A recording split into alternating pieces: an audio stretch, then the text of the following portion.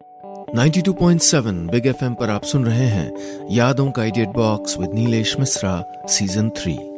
दोस्तों, हमारी कहानियां आप रेडियो के अलावा जब चाहें मोबाइल फोन पर ये नंबर डायल करके सुन सकते हैं 505-6677 यानी 505-6677। दोस्तों, जो कहानियां मैं आपको सुनाता हूं वो लिखी होती हैं मेरी मंडली ने। जी हाँ, मुंबई, दिल्ली और भारत के कई शहरों में एक राइटर्स की मंडली है जिनको मैं ट्रेन करता हूं। दोस्तों, मैं आपको सुनाने जा रहा हूं आजम कादरी की लिखी कहानी रजा का रोजा। टीवी की तेज आवाज से रजा की आंख खुल गई। इतवार का दिन था, इसलिए अब्बा अपनी आराम कुर्सी पे बैठे अपनी आंखें गड़ाए उर्दू खबरें सुन रहे थे। जलजले की जुम्बिश इतनी जोरदार थी कि पूरा बाम शहर जमींदोज। मालूम पड़ता है जान और माल का काफी नुकसान हुआ है। हजारों लोगों के जख्मी होने की खबर है। ईरान के वजीर आला ने इस हादसे पे अफसोस जाहिर करते हुए कहा कि वो अवाम की पुरजोर तरीके से मदद करेंगे। राहत का काम जारी है। अपनी आंखें मीचता हुआ रजा उठ बैठा। टीवी में गिरी हुई इमारतें, टूटी सड़कें देख के उसने अब्बा से पूछा, अब्बा क्या हुआ? दिखाई नहीं देता? ईरान में जलजला है। ईरान का नाम आते ही रजा के चेहरे की शिकन गहरा गई। उसे अगरवा का पूरा महल, अली का प्यारा बंदर अबू, जीनी और जैस्मिन सब एक एक करके याद हो आए। किसी ने उसको बताया था कि अगरवा ईरान में पड़ता है, जहां अली का बड़ी बड़ी गुंबदों वाला वो महल है जिसको रजा हर जुमे को अपने फेवरेट कार्टून चैनल पे देखा करता था। अब्बा, जलजले में अली का महल भी टूट गया क्या? अब्बा ने रजा की बात पे गौर नहीं किया। वो तो खबरों में मशगूल थे। अब्बा बताओ ना, अली का महल भी टूट गया क्या? अब्बा ने रजा का सवाल बिना सुने ही हाँ में सर हिलाया तो रजा को झटका लगा। रजा भाग के अपनी दादी के पास गया जो उस वक्त बरामदे में बैठी तस्बीह पढ़ रही थी। दादी दादी, जलजले में अली का महल टूट गया, सब लोग मर गए। रजा अपनी दादी को देखे हुए कार्टून की कहानी बताता था। एक दादी ही तो थी जो 7 साल के मासूम रजा की कहानी सुनती, वरना अम्मी को बावर्ची खाने से फुर्सत नहीं थी और अब्बा को अपने ऑफिस से। रजा अपने दिल की हर बात दादी को ही तो बताता था। सोचो, अगर हमारी जिंदगी में दादियां नानियां ना होती तो सुनने और सुनाने वाली मासूम कहानियों का क्या होता। दादी जानती थी कि रजा उन किरदारों को जिंदा समझता है और उनसे खासी उनसियत रखता है। इससे पहले कि रजा रोना शुरू करे, दादी ने उसको बड़े प्यार से समझाया, अली तो अल्लाह का नेक बंदा है, फिर भला उसको नुकसान कैसे हो सकता है? अल्लाह अपने नेक बंदों पे खास करम फरमाते हैं ना। अली के चेहरे पे मुस्कान तो आई, लेकिन उसके मन में फिर एक सवाल कौंधा। दादी, लेकिन अबू और यागू का क्या होगा? वो इंसान नहीं है? तमाम बच्चों की तरह रजा के सवाल भी कारून के खजाने की तरह कभी ना खत्म होने वाले थे। जवाब देने के लिए दादी को भी 2 पल सोचना पड़ा। रजा, जानवर और परिंदों को तो अल्लाह ने ऐसी सलाहियत दी है कि कोई भी गैबी परेशानी आने पे उनको पहले से पता चल जाता है और वो महफूज जगहों पे परवाज कर जाते हैं। दादी ने समझाया तो रजा को पड़ोस के कानू चाचा का तोता याद आ गया, जिसे वो प्यार से देवा बुलाते थे। रजा ने झट से अपनी चप्पलें पहनी और बाहर की तरफ दौड़ लगाई। पीछे से दादी आवाज लगाती रही, रजा रजा, सुबह सुबह कहाँ चल दिए बिना नाश्ता किए? फिर अम्मी मारेंगी तो मेरे पास मत आना रोते हुए। दादी ने थोड़ा धमकाया तो, लेकिन रजा ये कह के कि दादी आप अम्मी को मत बताना, मैं अभी देवा को देख के आया, कहीं चला ना गया हो। जिद्दी है, अपने बाप की तरह, कह के दादी मुस्कुरा दी थी। 92.7 बिग एफएम पर आप सुन रहे हैं यादों का idiot box with Nilesh Mishra season 3। दोस्तों, रेडियो के अलावा आप हमारी कहानियां जब चाहे मोबाइल पर ये नंबर डायल करके सुन सकते हैं 505-6677 505-6677। दोस्तों, मैं आपको सुना रहा हूं अपनी मंडली के सदस्य आजम कादरी की लिखी कहानी रजा का रोजा। इस कहानी में अब तक आपने सुना, नन्हा सा रजा टीवी में ईरान में आए भूकंप की तस्वीरें देख के परेशान है। वो पड़ोस के कानू चाचा के तोते से मिलने जाता है, जिसको वो प्यार से देवा बुलाते हैं। अब आगे। कानू चाचा, ईरान में जलजला आया, देवा कहाँ है? कहीं भाग तो नहीं गया? रजा रॉकेट की तरह भागते हुए बिना कुछ सोचे हुए कानू चाचा के आंगन को पार करके सीढ़ियां चढ़ने लगा। रजा की तेज आवाज के हमले से कानू चाचा हैंडपंप के पास फिसलते फिसलते बचे थे। हे भगवान, अभी मेरी कमर टूट जाती। लड़का है कि आफत।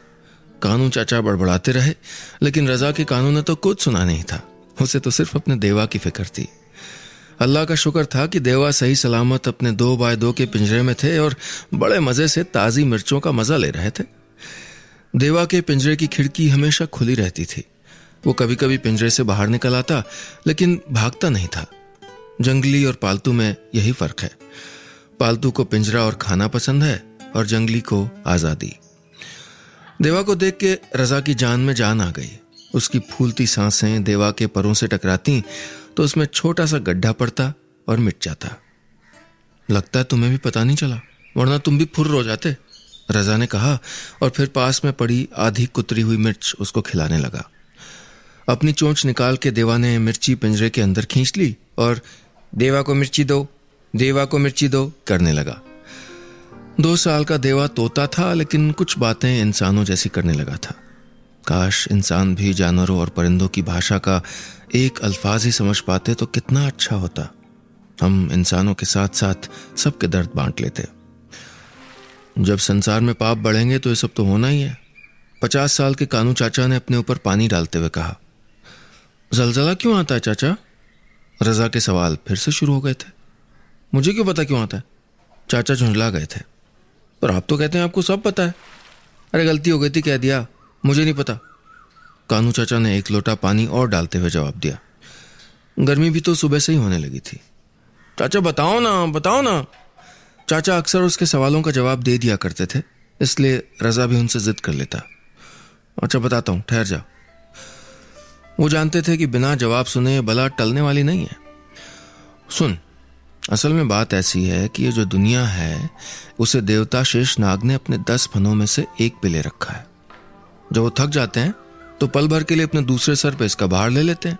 बस तो उतने में ये दुनिया डोल जाती है और जलजला यानी भूकंप आ जाता है। शेषनाग के और न जाने कितने किस्से रजा कानू चाचा के मुंह से सुन चुका था। उसे बात समझ में तो आ गई थी, लेकिन पूरी तरह उसका मन माना नहीं था। भला कोई सांप इतनी बड़ी दुनिया कैसे उठा सकता है? यही सोचता हुआ वो वापस अपने घर चला आया। अली, अबू और अगरवा की दुनिया से निकलकर अब वो शेषनाग के ख्यालों में डूब गया था। रजा, बिना नाश्ता किए आप कहाँ चले गए थे? चलो जल्दी से दांत साफ करो और नाश्ता कर लो, मुझे पापड़ बनाने हैं। आज चांद हो गया तो कल से रमजान चालू हो जाएगा। रमजान का नाम सुनते ही रजा का मन खुश हो गया। उसको पता था कि जब भी रमजान आते हैं तो रोज इफ्तार में अम्मी पकौड़ी, चाट और न जाने क्या क्या बनाती हैं। रजा के लिए रमजान तो बेहतरीन खानों और चाट का महीना था, जिसके आखिरी दिन ईद भी होती थी। 92.7 बिग एफएम पर आप सुन रहे हैं यादों का edit box with Nilesh Mishra season 3। दोस्तों, रेडियो के अलावा आप हमारी कहानियां जब चाहे मोबाइल पर ये नंबर डायल करके सुन सकते हैं। 505 66 77 505 6677। दोस्तों, मैं आपको सुना रहा हूं अपनी मंडली के सदस्य आजम कादरी की लिखी कहानी रजा का रोजा। इस कहानी में अब तक आपने सुना, नन्हा सा रजा टीवी में ईरान में आए भूकंप की तस्वीरें देख के परेशान हो गया है और पड़ोस के कानू चाचा के पास जाता है, जहां उनका तोता देवा उसका बहुत अच्छा दोस्त है। कानू चाचा उसको भूकंप का एक और कारण बताते हैं, जो शेषनाग यानी कई सरों वाले नाग से जुड़ा हुआ है। अब आगे। रजा मत छुओ, पापड़ खराब हो जाएंगे। नाश्ता करने के बाद रजा छत पे चला गया था, जहां उसकी अम्मी दादी के साथ बिछी हुई साड़ी पे गीले पापड़ बिछा रही थी। गर्मी इतनी थी कि पापड़ साड़ी पे पड़ते ही आधा तो तुरंत सूख जाता। रजा जब भी इन गोल मटोल पापड़ों को देखता तो उसको लगता जैसे ढेर सारे चांद तोड़कर अम्मी ने साड़ी में चिपका दिए हों। अम्मी की नजर इधर उधर होने पे रजा ने एक टुकड़ा आधे सूखे हुए पापड़ का उठा के अपनी जेब में डाल लिया। शाम को देवा को खिला देगा। पापड़ बिछाने के बाद रजा की अम्मी दीगर कामों में लग गईं और रजा कुरान का अपना सबक याद करने लगा। शाम को मौलवी साहब कुरान पढ़ाने आते थे उसको। शाम का वक्त था, मौलवी साहब आ गए थे। रजा, कितनी बार कहा कुरान पढ़ने से पहले बिस्मिल्लाह पढ़ा करो? अपनी दाढ़ी पे हाथ फेरते हुए मौलवी साहब ने कहा। मौलवी साहब, आपको पता है जलजले क्यों आते हैं? रजा ने बिस्मिल्लाह तो नहीं पढ़ी थी, हाँ, अपने मन में खुदबुदा रहा सवाल जरूर उनके सामने रख दिया था। क्या? मौलवी साहब ने ठीक से सुना भी नहीं था। जलजले क्यों आते हैं? वैसे तो मौलवी साहब पढ़ाई के दौरान और किसी भी सवाल का जवाब नहीं देते थे, लेकिन जब कोई सवाल उनके ज्ञान को उजागर करता था उसको जरूर बताते थे, और थोड़ी ऊंची आवाज में बताते ताकि रजा के साथ साथ उसके घर वालों को भी पता चल जाए कि उन्होंने भी इस्लामी किताबों के साथ साथ तमाम और किताबों का तस्करा किया है।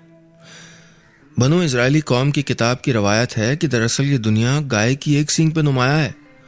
उस गाय के नथुने पे रूबरू एक मच्छर बैठा है, और जब भी वो गाय को काटने के लिए उड़ता है तो गाय अपना सींग बदलती है, जिससे जलजला आ जाता है।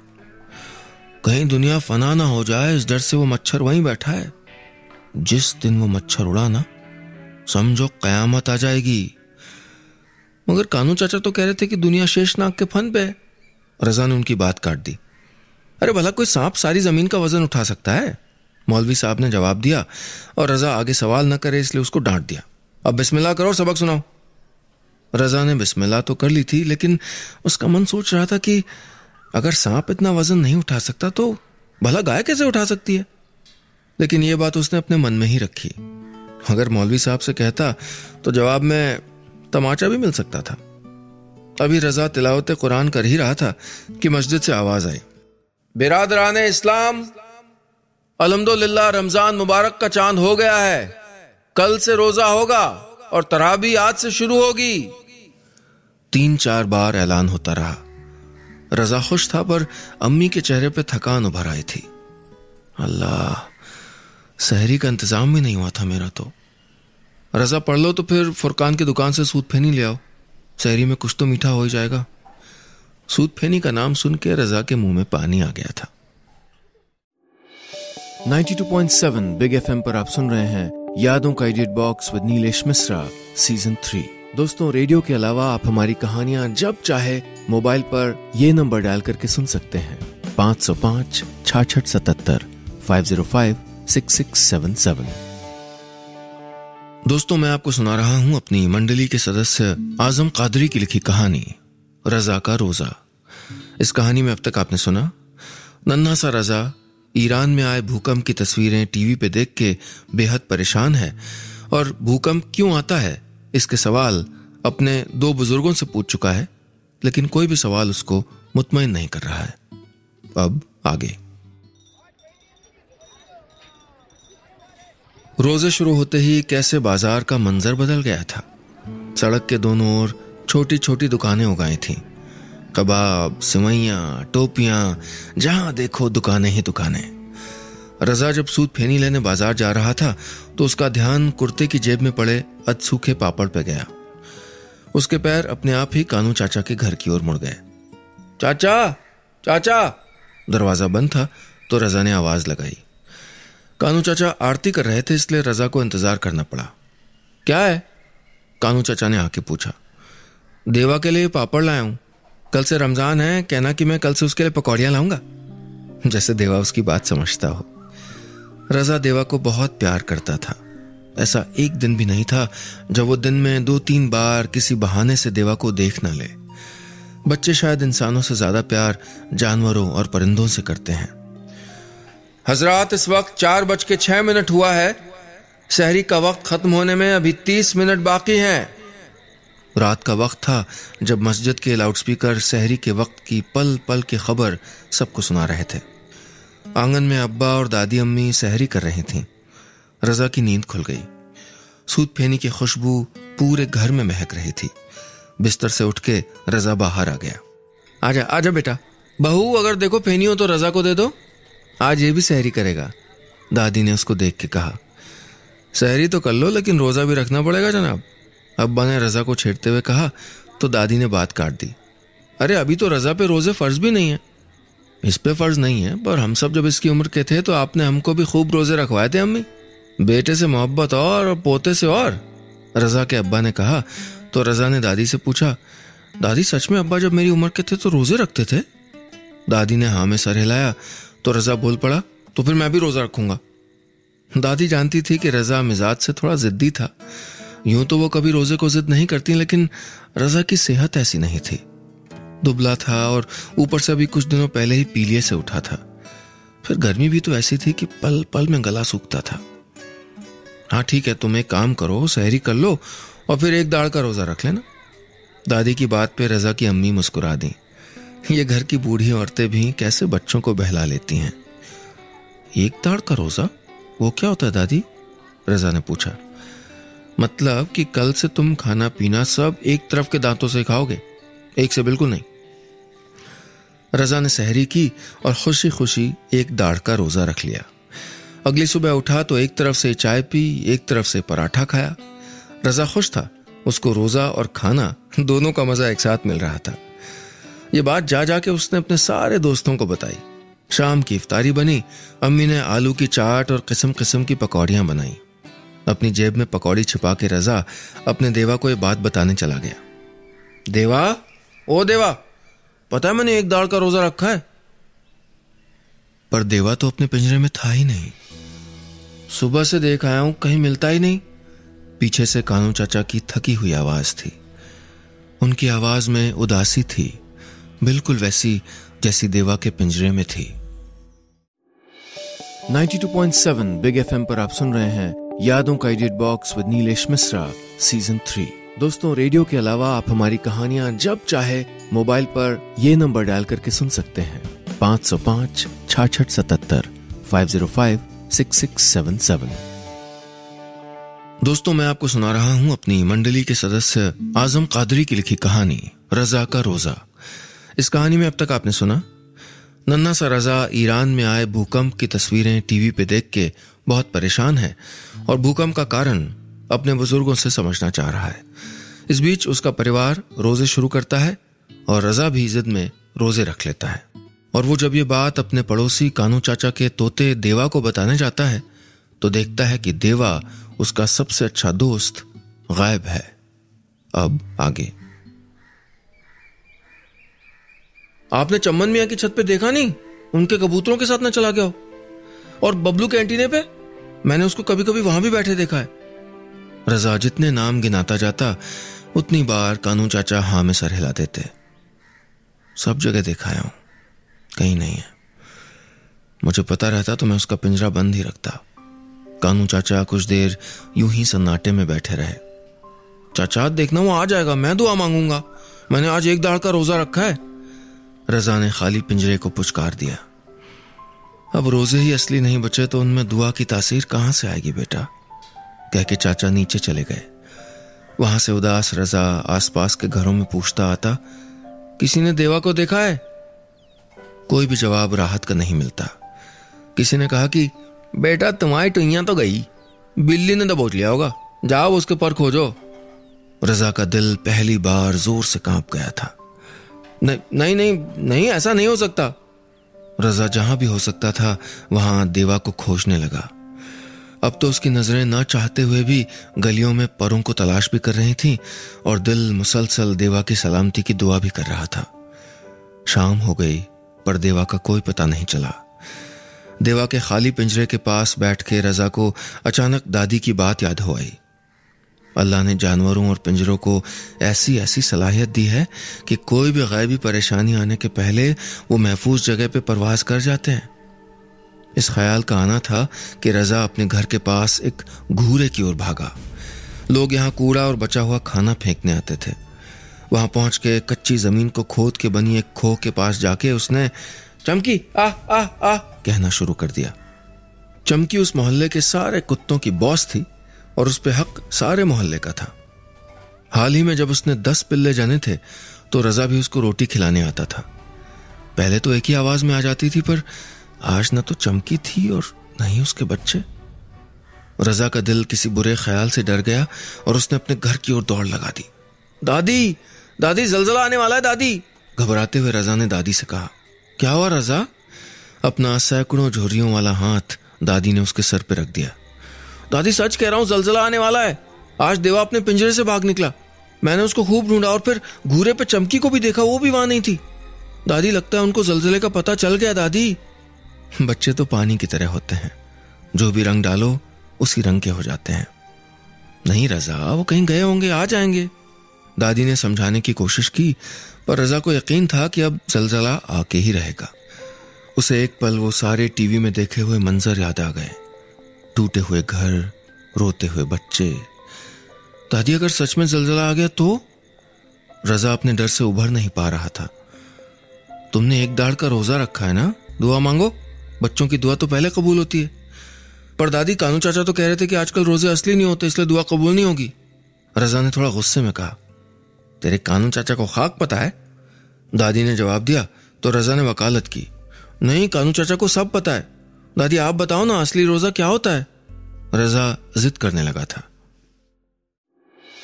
92.7 बिग एफएम पर आप सुन रहे हैं यादों का edit box with Nilesh Mishra season 3। दोस्तों, रेडियो के अलावा आप हमारी कहानियां जब चाहे मोबाइल पर ये नंबर डायल करके सुन सकते हैं 505 6677 505 6677। दोस्तों, मैं आपको सुना रहा हूं अपनी मंडली के सदस्य आजम कादरी की लिखी कहानी रजा का रोजा। इस कहानी में अब तक आपने सुना नन्हा सा रजा ईरान में आए भूकंप की तस्वीरें टीवी पे देख के घबरा गया है और ये डर रहा है कि कहीं उसके शहर में भी भूकंप ना आ जाए। उसके पड़ोसी कानू चाचा का पालतू तोता देवा कहीं गायब हो गया है और रजा इसको इस बात का संकेत मान चुका है कि जल्दी ही भूकंप आने वाला है सब कुछ तहस नहस करने।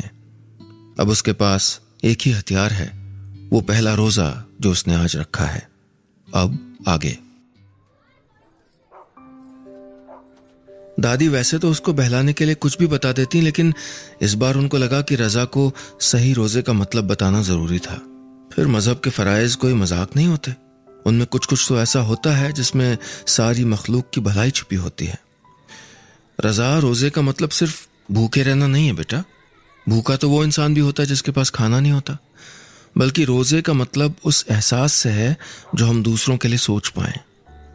पेट भर सहरी कर ली, ठूस ठूस के खाना खा लिया तो रोजे का मतलब नहीं रह जाता।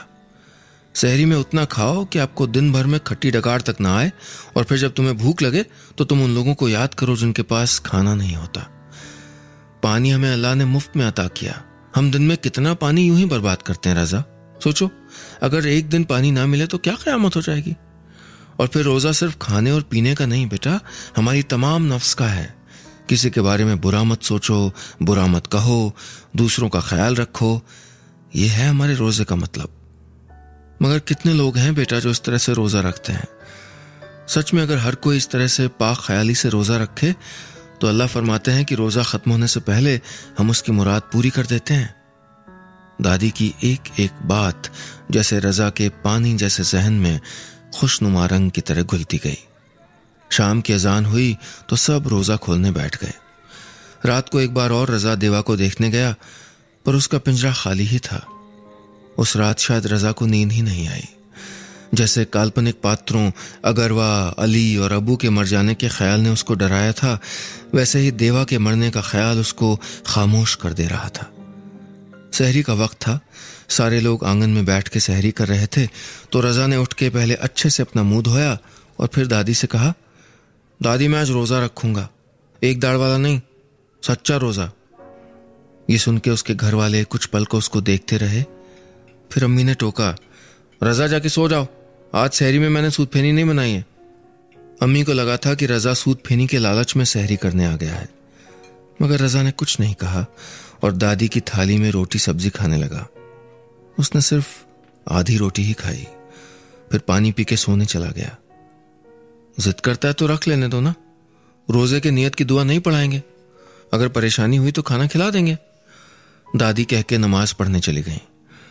लेकिन जिसके मन में सच्ची नियत हो उसको किसी दुआ की जरूरत नहीं होती। सुबह हुई, रजा की अम्मी ने उससे नाश्ते के लिए कहा, अम्मी आपको पता नहीं कि आज मेरा रोजा है। जब रजा ने दोपहर का खाना भी नहीं खाया तो घर वालों को फिक्र होने लगी। गर्मी की शिद्दत इतनी थी कि रजा के होठों पे मोटी पपड़ी जमाई थी। वो दादी से कुछ कहता भी तो सूखे हुए गले से अल्फाज ही नहीं निकलते थे। जब भी अजान होती, रजा खामोशी से नमाज पढ़ रही दादी के पास बैठ जाता और दुआ मांगा करता। शाम के वक्त तक रजा लगभग बिस्तर पकड़ चुका था। रजा कुछ खा ले बेटा, जिद नहीं करते। दादी फिर मेरी दुआ कैसे पूरी होगी? और हाँ दादी, मैंने मौलवी जी के बारे में बुरा भी नहीं सोचा और ना ही पानी की एक बूंद भी बर्बाद की। कहते हुए रजा ने जब अपने पेट पे हाथ रखा तो रजा की अम्मी के आंसू निकल आए थे। दादी जानती थी कि वो जिद्दी है, रोजा नहीं तोड़ेगा। तिनका तिनका करके शाम बीती। आखिरकार वो वक्त आ गया जब इफ्तार का वक्त था। रजा दादी की गोद में बेसुध सा बैठा था। यूं तो रोज ही अजान होती थी, लेकिन इस बार सबको बेसब्री से अल्लाह अकबर सुनने का इंतजार था कि तभी आंगन में एक आवाज आई, देवा को खाना दो, देवा को खाना दो। रजा देख, तेरा देवा वापस आ गया। ठीक उसी वक्त एक आवाज गूंज पड़ी। कानू चाचा पिंजरा लिए खड़े थे। बस इतनी सी थी ये कहानी। 92.7 बिग एफएम पर आप सुन रहे हैं यादों का idiot box with Nilesh Mishra season 3।